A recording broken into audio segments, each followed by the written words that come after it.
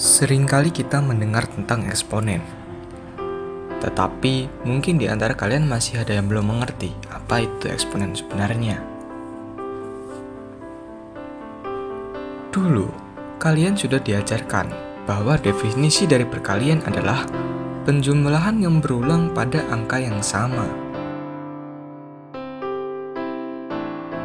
Kita ambil contoh 5 dikali 3, menandakan bahwa bilangan 5 dijumlahkan sebanyak 3 kali.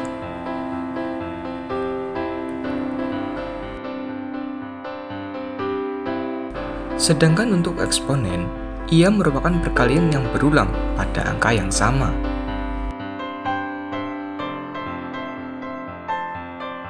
Lihatlah contoh ini. Jika 5 dikalikan dengan bilangan itu sendiri sebanyak 3 kali, dia bisa berubah bentuknya menjadi seperti ini. Biasanya, ini bisa disebut sebagai 5 dipangkat 3, di mana 5 sebagai basis dan 3 sebagai eksponennya.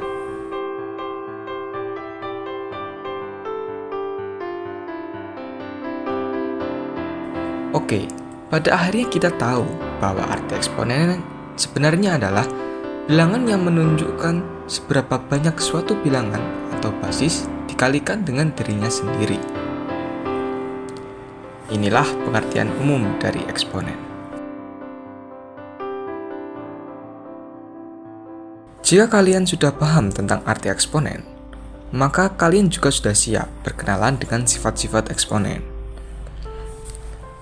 Ada setidaknya 7 sifat penting dalam eksponen. Agar lebih mudah untuk memahaminya, kita langsung ke contoh soal.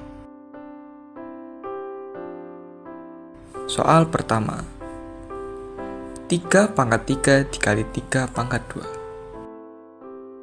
Kita bisa saja untuk mengerjakan ini dengan cara manual, yaitu kita cari tahu dulu berapa 3 dipangkat 3 dan 3 dipangkat 2. Lalu setelah itu baru kita kalikan.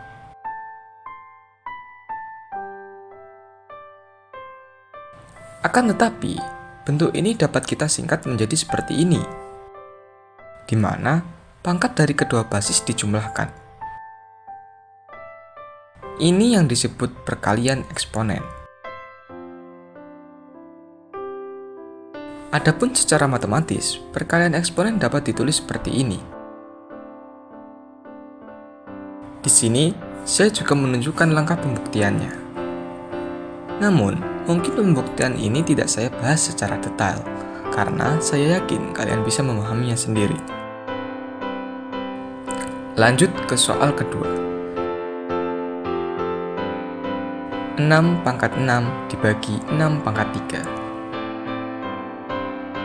Jika kita menggunakan cara manual, ini akan sedikit lebih merepotkan, karena pangkat dari basis terlalu besar.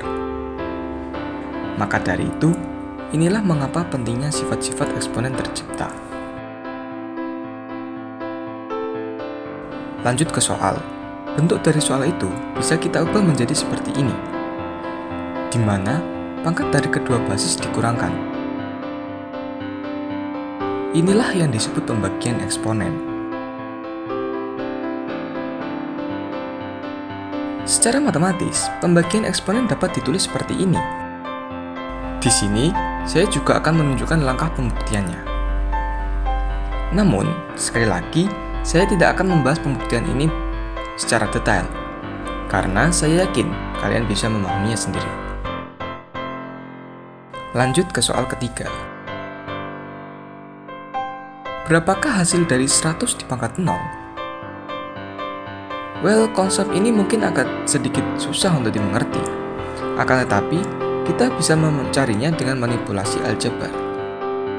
Mulailah dengan mengubah pangkat 0 itu menjadi 1 dikurang 1. Setelah itu, kita dapat menerapkan konsep pembagian eksponen, dan dapatlah hasil seperti ini.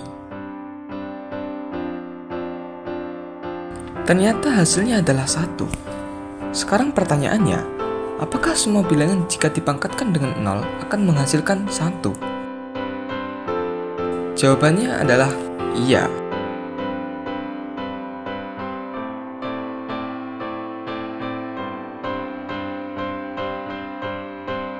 Soal keempat, 3 pangkat 3 di pangkat 2. Lagi-lagi, kita bisa menyelesaikan ini dengan cara manual.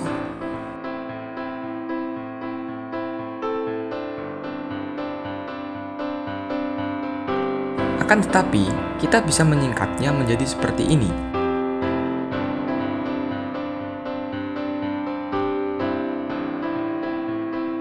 Inilah yang dinamakan perpangkatan eksponen.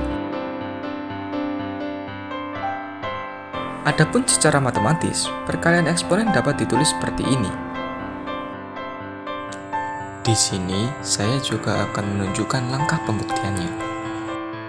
Namun, mungkin saya tidak akan membahas secara detail pembuktian ini karena saya yakin kalian bisa memahaminya sendiri. Lanjut ke soal kelima.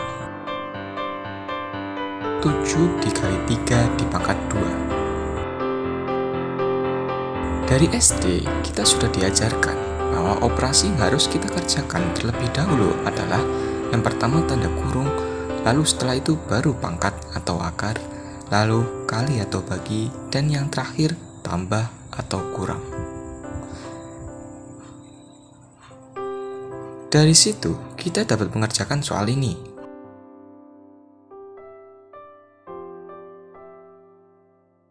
Akan tetapi, kita bisa menggunakan sifat eksponen kelima, di mana pangkat dari perkalian itu diberikan pada masing-masing basis.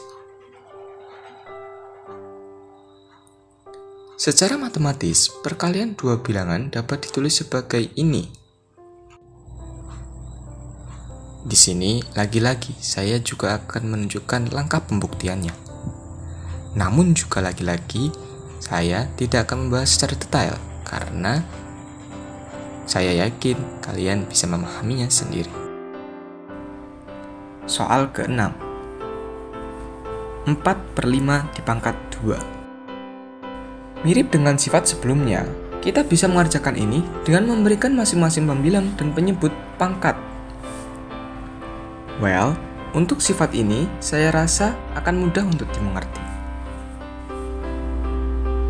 Soal terakhir atau sifat terakhir, yaitu jika terdapat A pangkat M, maka bisa diubah bentuknya menjadi seperti ini. Begitupun sebaliknya. Adapun pembuktiannya adalah seperti ini.